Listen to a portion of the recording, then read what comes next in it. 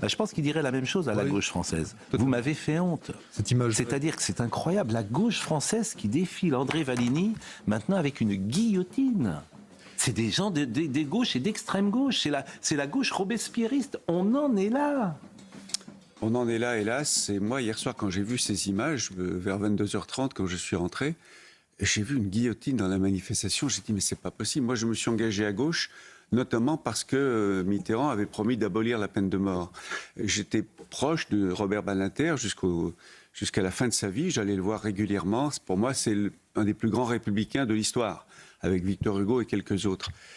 On va, dans 2 semaines, le faire entrer au Panthéon. Et la gauche, ou plutôt l'extrême gauche, va dans une manifestation avec une guillotine.